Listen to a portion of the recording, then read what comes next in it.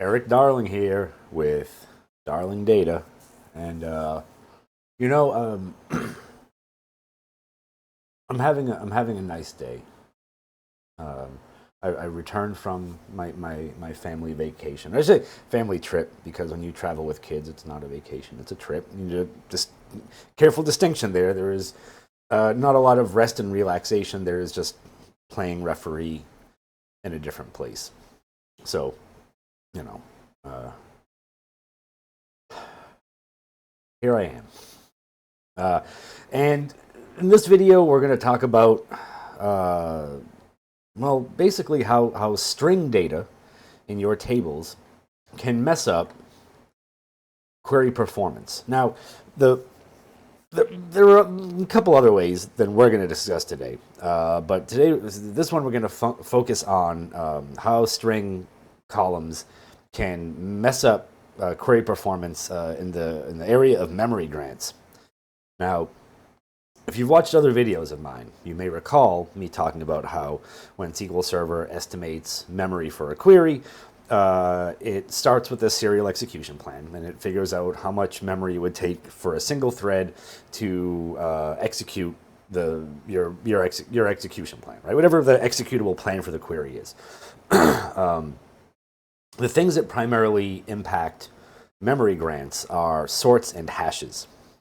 Okay, sorts in particular can be, I mean, hash spills are probably more devastating for performance, but sorts can really end up with some unnecessarily huge memory grants, and string columns really tend to inflate those memory grants. The reason for that is because of the way SQL Server estimates string column fullness, where whatever the byte length of your string column is, SQL Server assumes that about half of it will be full. So for a varchar 100, SQL Server assumes that every row will have 50 bytes full. The more rows you select and the more text columns you select, or the more string columns, I'm going to say text because text is an actual data type, the more string columns you select, depending on their Unicodeness and other things like that, you can really blow up memory grants. Now, I have a pretty non-ideal index for the query I'm about to run, but that's because I want to show you what happens when we need to sort data, right? So I have two different, well, I mean, basically, I have the same query twice. The only difference is up here in the select list, I am including the text column from the comments table, and the text column isn't in varchar 700. In the second query, even though I'm doing a select c dot star here, since I'm not pulling the text column out in the final select, SQL Server is free to ignore it. So, and I have recompile hints on these queries just because I don't want any sort of automation or behind the scenes intelligent query stuff messing with my demos. Right? I just want to show you, like, out of the box, you run this thing, what stinks about it, right? So the first query runs, and we select the text column, and the second query runs, and we don't select the text column. And let's look at some differences between these two execution plans. Well, right off the bat, you might notice that this query runs for about twice as long as this query, right? Let's just call that close enough to twice as long, right? 4.7 and 9.1 something, good enough. A couple hundred milliseconds off, who's counting? This is databases. Do we care about milliseconds? Yes, we do. We care about everything. And the primary source of the slowness is in the sort operator, where we spill here, right? And that takes about 8 seconds, and this takes about 3.8 seconds. And of course, this is going to be because the spills are different, right? This one, oops, I didn't go down far enough. Story of my life. In this one, we have the warning. We spilled to level 2, and all 8 threads went kaboom. And that's a big number of pages. If we put some commas in there, because SSMS, I don't know, comma allergy, let's just put a little dot here. Oh, wait, that didn't dot. That's close enough to a dot. And then 3 more, and that's 411 million pages or something like that. I can't even count that high. I've run out of fingers very early on. So that's a pretty big spill. And if we compare that to the spill down here, even though this is still spill level 2 and 8 spilled threads, that's a lot fewer pages. And the reason we have more pages spilling is, of course, because we have that text column.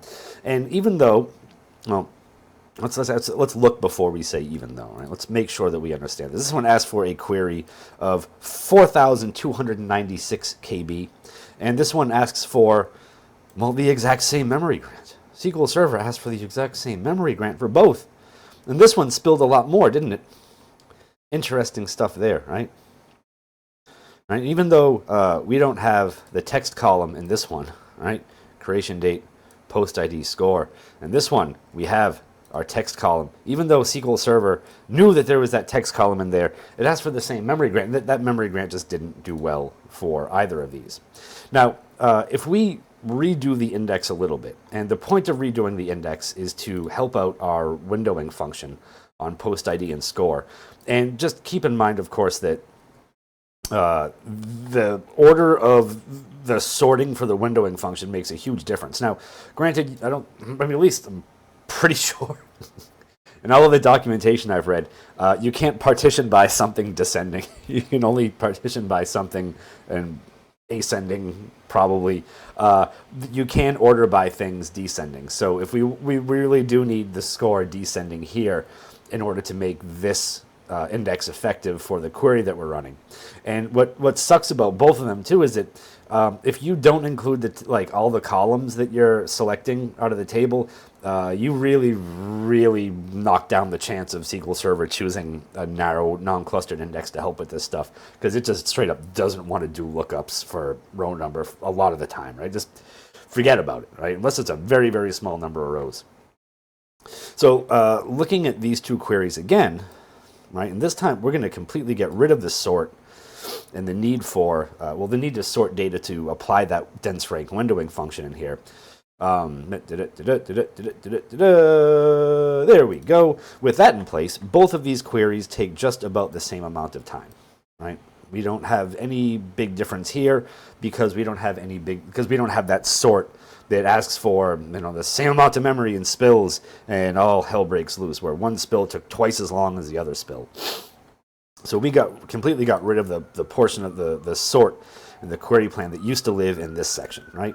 And now we just have the seek and the building of the windowing function stuff in there. So a lot of the times you can fix problems with these sorts of things just by having the better indexing in place, right? So not all the, you can't always just go tweaking indexes on the fly, but if you spot these things, then indexing can be one way to help out with the pains of string columns, especially when sorting data.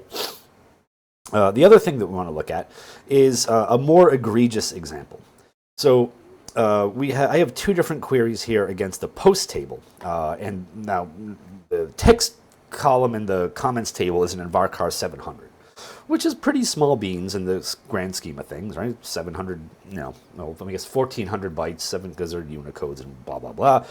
But the body table in the post table is an varchar maximum. It's a big one, big boy. And if we run these two queries, we also might be able to spot some differences here, some significant differences. So that first query finished, and now we're waiting on this second query to finish, aren't we? We're going to wait a little bit longer on this. Not going so well. Second query, what?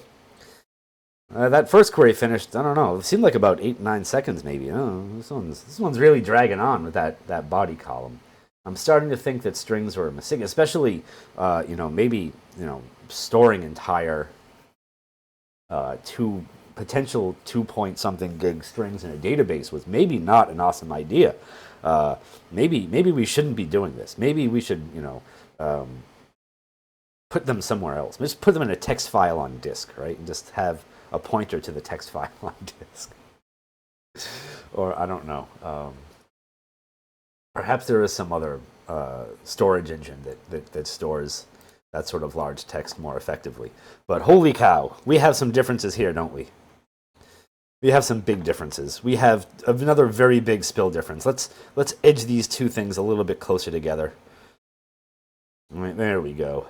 We have one sort that took 5.5 seconds and another sort that took almost 49 seconds. right? Well, I mean, not technically 49 seconds, because we did some stuff over here, right? We did some stuff over here. And we're going to ignore the time in the repartition streams because the timing code for parallel exchanges is absolute garbage. It just looks dumb and stupid and weird everywhere. So just ignore that. Just forget that part for this example. Now, let's compare memory grants, right? 1214 megs for the one where we just select ID. And for the one where we also select the body column, we end up with a 17 gig memory grant. 17 gigs of our precious memory. All dedicated to a sort. Right? Just one sort operator was like, hey, 17 gigs, pretty please. I could use that for sorting things. You have an Invarcar Max. What do I know? Right? That's pretty foul. And the differences in the spills are, of course, you know, spill level 1, 8 spilled threads, 40,000 pages. And here we have spill level 1, 8 spilled threads, but 3881976, so 3.8 million pages. But this just had a significantly worse time because we have that body column involved. And we have to write that body column, this sort of stuff out to disk and reread it back in. And gosh, what a pain that is. Now, at the far more extreme end of that, I'm going to show you two queries that ran over here. And if I lift up my left armpit and we focus in on the time down here, we have 3 minutes, let me move over, 3 minutes and 30 seconds of execution time. Now, you may also notice that there is a little message down here that says query completed with errors. What errors, pray tell? What happened? I don't know. Let's find out. Let's go to the messages tab and let's see. Wow, that's a lot of red text. I'm gonna have to duck a little bit. So basically, what happened is that first query spilled so much to TempDB that I blew up TempDB. I exploded it. I ran out of TempDB. I ran out of drive space on my VM. I didn't just run out of I didn't just fill up TempDB files because I have like an unreasonable max size on them. No. If you look at I have a low disk space message on my VM, and if we look at Windows Explorer and let's look at let's go to this PC where we see it. You know, I've got a 400 gig drive on this thing, and I have filled up TempDB nearly to the size of the drive, right? So I blew up a lot of TempDB space with this query. Now, of course, because of that, I don't have an execution plan for this query. But I can show you, of course, that in the second query, if I quote out the body column, right, I green text that body column. Again, sometimes green text is very, very good in SQL Server, right? Sometimes we have wonderful uses of green text by getting rid of Invarcar Max columns from our select list. Well, go to the execution plan over here. This query still ran for 1 minute and 14 seconds. All right, it's a pretty long-running query. So if we subtract the 1:14 from the 3:30 over here, that other query ran for I guess a couple minutes and then failed. Right, filled up TempDB and failed, all because we were selecting that body column, and that body column had to pass through a couple different sort operators. Well, actually, just one sort operator. The votes table down here. I think there was another video that I recorded where I talked about a very, very offensive execution plan where SQL Server chose a merge join with the votes table and chose to sort the entire votes table. All right. But it's not this sort's fault, right? This just sucks in general, right? This just makes all sorts of awful things happen. But the big problem is in the final sort, because this final sort is where the body column from the post table would be involved. The body column from the post table has nothing to do with sorting the votes table down here. It's all this sort where even without the body column, we still have a spill. And we wrote, 1904184, 1.9 million pages out to disk. And that's just without the body. So SQL Server just, kind of chose I guess not good enough memory grant for this thing. Let's see what it chose. 17 gigs again. So, why 17 gigs? Well, on my server, which I believe, I forget what I have max server memory set to. I think it's like 90 something gigs. SQL Server is willing to give out 25% of your max server memory setting to any query, any single query running. So 17 gigs is about the max memory grant that I can hand out to anyone, and 17 gigs is not big enough for some of these queries. Right, just 17 gigs we still spill out to disk, whether that's a function of the way memory is shared between operators and query plans, which it totally can be, or something else, just the amount of data we're selecting. That's a fairly large number of rows and a fairly big number of columns. I mean, from the post table, I mean, realistically, we do have a couple other text columns in here, like tags and title, and last editor display name. And if we quoted those out, maybe we were maybe we would reduce the spill. We might still spill. I don't know. I'm too lazy to check on that right now. Got other things to do. But yeah, so when you run into these things, a lot of the times, the worst spills that you will find are because either you did something that required SQL Server to sort data. You have a presentation order by, you have top with an order by, or offset fetch, or you have a windowing function without an index to support the partition by order by part of the windowing function in order to get you the data in the order that you need it to apply whatever windowing you need to your data. Those are things that will add, sort problems in. Now, I think what's really interesting with this one is that, and I sort of wish I had saved it, but it wouldn't really have done you any good. This query will still error out if I put a hash join hint on here, because again, the only part of this query that had like a dumb injected sort is when SQL Server chose a merge join here, right? So SQL Server costed a merge join as being the more effective join type here, which requires sorted data. So SQL Server sorts the votes table. And so this does sort and spill, and this does require memory, but the problem sort is the one up here because we don't have an index to support the windowing function that we are applying to the post table. So this is the real big one, because this is an absolutely phenomenal number of rows, and a lot of this stuff spills out. So even with just a couple text columns in there, we can still have some pretty significantly bad query performance. So, in summation, as much as you can, as much as possible, if you're gonna put strings in your database, avoid max data types wherever you can. Right? I understand some queries require them. Some data structures require them. You might be storing XML or JSON or notes, whatever. Some like open text entry field. There are reasons why you might need in varchar or varchar max columns in your data or in your tables, but don't use them unnecessarily. Please try to right size your string columns as much as possible.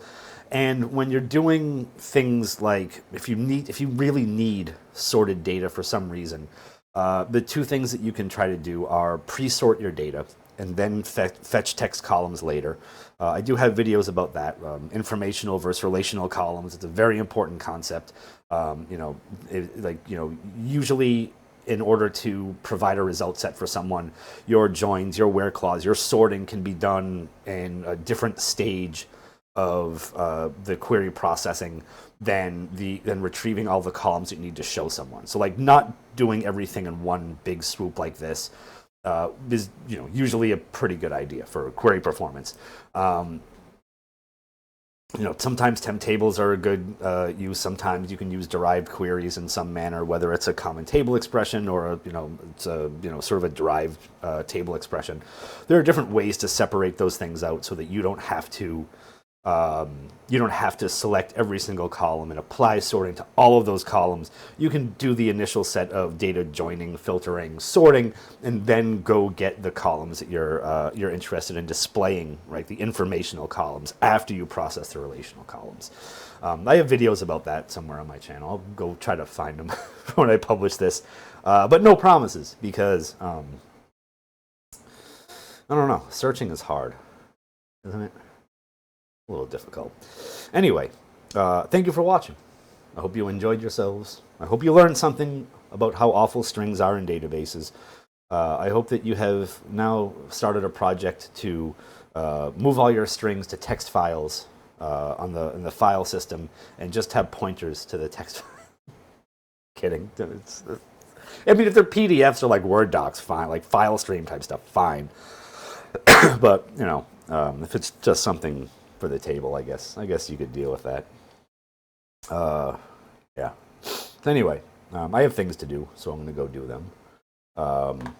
Again, well, I guess thank you for one. Oh yeah, if you like this video, you can subscribe to my channel, and you can join the nearly 4,000 other data darlings. Actually, maybe by the time this thing actually gets published, there will be 4,000 data darlings out there in the known universe. If you like this video, give it a thumbs up. If you have anything to tell me about this video, you can comment on it. Good, bad, or ugly.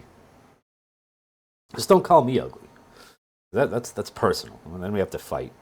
But yeah, you know, strings and databases are a very perilous thing.